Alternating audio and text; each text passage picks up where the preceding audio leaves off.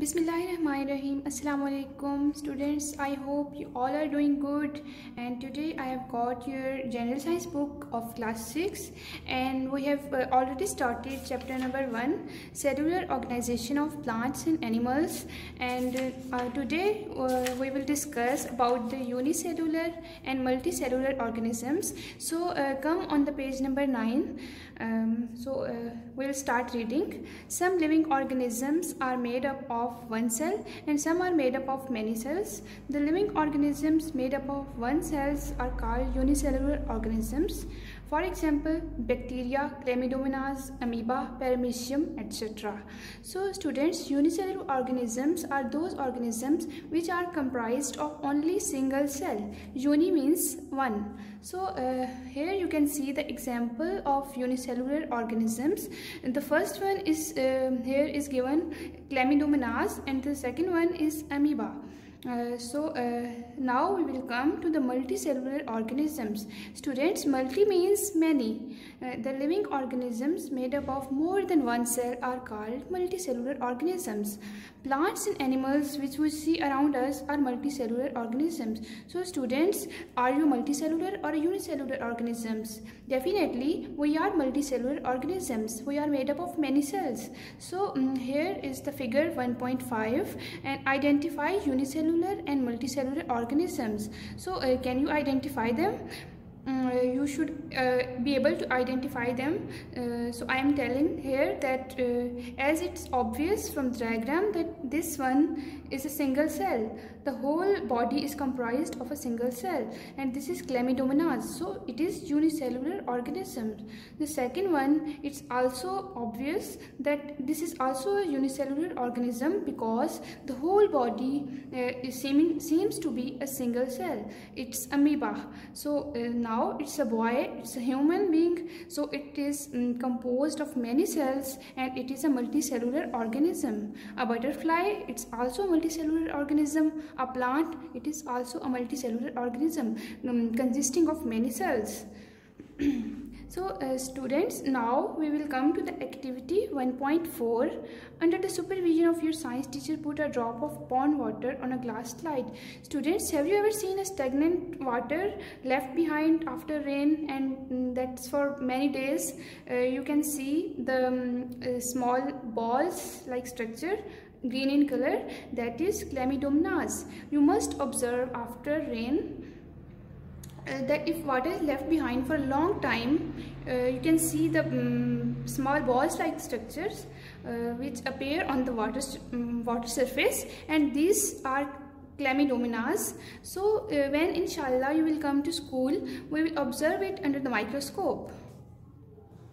So the next topic is the cell-formed tissues.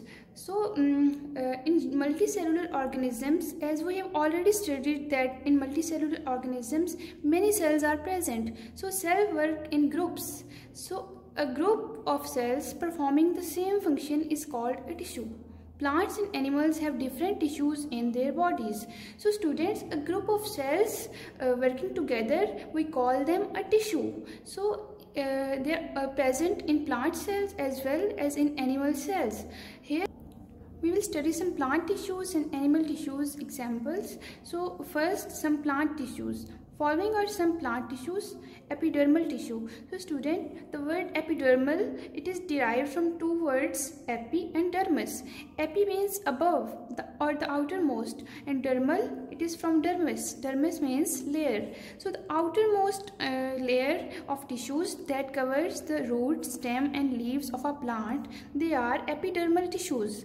So it is obvious that epidermal tissues, they cover whole of the plant, and it is outermost layer of the tissues.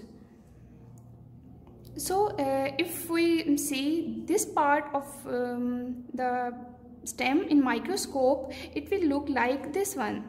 Here the xylem tissues, and so students, you can remove the epidermal layer from the stem, and as I have removed one, can also remove the other epidermal layer. So here they are epidermis. You can also remove, if you have any plants in your house, you can also observe the epidermal tissues.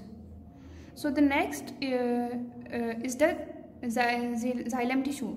Xylem tissue, one of the plant tissue that conducts water and dissolved salts from the roots to the leaves. So xylem tissue are one of the plant tissue, and their function is to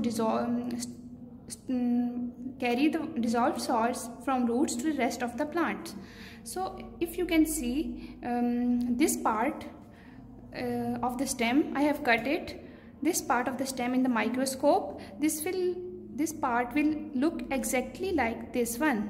So here you can see that xylem tissues are present here. Can you see it? That's green color. So now move to the page number 10, and the next is the phloem tissue. Both xylem and phloem tissue, they are the transporters. Phloem tissue carries prepared food from leaves to the other parts of the plants. As you have studied that xylem, that they carry dissolved salts and water, and phloem tissue, their function is to carry the food from the leaves to the rest of the plants. So students, as you can see in the diagram, the xylem has the function to transport water and dissolved minerals from roots to the rest of the plants, and the phloem, that has the function of transporting food from leaf, that is preparing the food, to the roots and the lower parts and the rest of the parts of the plants. So the next plant tissue is mesophyll tissue. The word meso means middle, and phyle, that is from word phylon, that is from Greek language, and it means leaves. So it's obvious from the word mesophyll that it is present in the leaves. Mesophyll tissues present in the leaves make food for the plant. So students, inshallah, when we will start unit number 3, you will study the detail of the mesophyll cells. Here is, if you want to see about the diagram of mesophyll cell, you can see here on page number 26, and inshallah we will discuss in detail when we will start unit number 3. So it is all about the plant tissues. Now we will come to the animal tissues. Following are some animal tissues, figure 1.7. So here is the figure of animal tissues. First we will describe the tissues, and then we will go to the diagram. The first animal tissue given here is the muscle tissue. In an animal's body, muscle cells form muscle tissues to help in movement. So muscle tissues are that type of tissues that are assisting the movement of a living organism, of a human. And here you can see that here are present the muscle tissues. Next one is the bone tissue. Bone tissue is formed by the bone cells. So students, have you ever imagined what your body look like if we have our bones removed? Surely we cannot walk, we cannot perform our activities. So bones are that structure that are supporting the body, that are giving shape to the body. So they are very important, and this strong and solid tissue gives shape and support to the body. That's the point we have already discussed. So bone tissue, they are present here in the fingers, here the ligaments, bone tissues. They are the bone tissues, and bone tissues are present all over the body in our bones. So the next type of tissue given here is the blood tissue. Blood tissue is formed from the blood cells. Blood cells form blood tissue. This tissue carries material from one part of the body to other.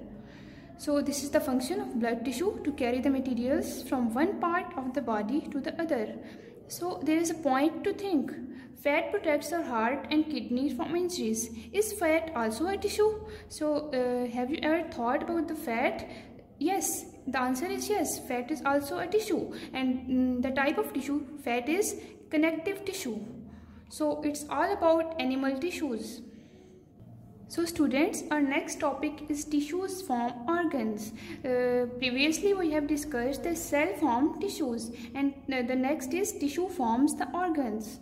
Different tissues group together to form the organs. Our body is made up of a number of different organs such as heart, lungs, eyes, brain, etc. An organ is made up of different tissues which work together. An organ performs one or more than one functions. So students, have you thought about the difference? The tissues, they perform the single function, and the organ, here it's mentioned that organ perform one or more than one functions. So some plant organs, just like we have studied about the tissues, we will also study about the organs, plant organs and animal organs. The first we will study the plant organs. So let's see what are the organs that are present in the plant. Following are some plant organs, figure 1.8. So we will see the figure after we have been discussed the organs of the plants. So the first organ of the plant discussed here is leaf. Plant leaf is an important organ. Leaf make food. Who use this food? Okay, so we have already discussed that the leaf of the plant contains the chlorophyll.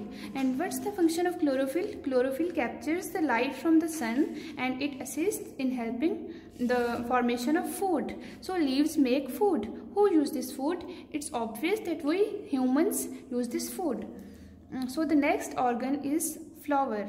A flower is another important organ of the plants. Flowers produce seeds. Seeds grow to produce new plants. So flower is also an important organ of the plant.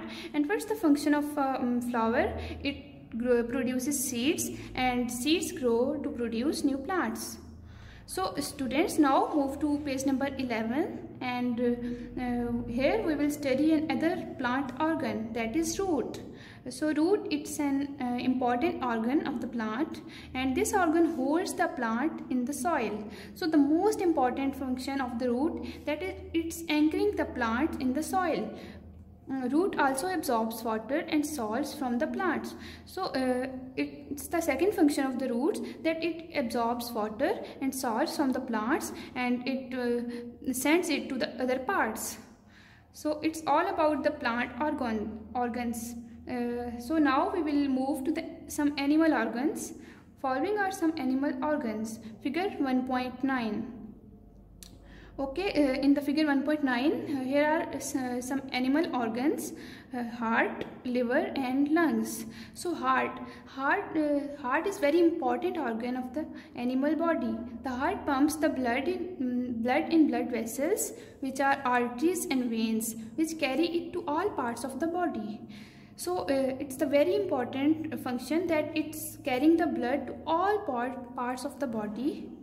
So the next organ of the animals is lungs. So it is the most important organ because it helps in respiration, it helps in breathing. So students, can we survive if we cannot breathe? So you can see lungs are very important for our survival. We need the healthy lungs for our good health and our proper breathing. Okay, so now we come to the next animal organ, that is liver.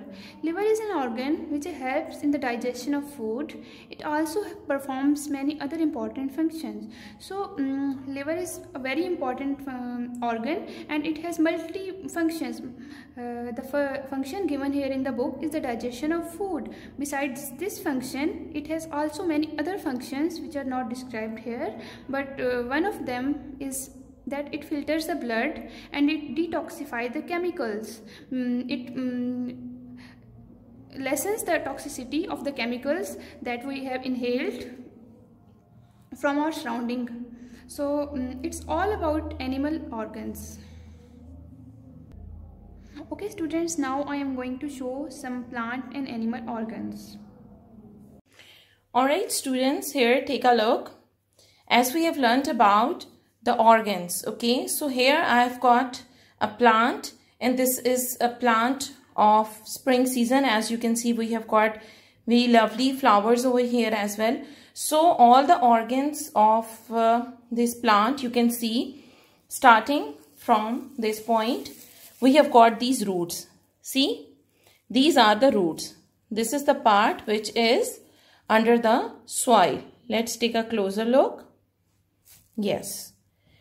Here we have got this plant, and as you can see, we have got all its roots. Okay, so this part is under the soil.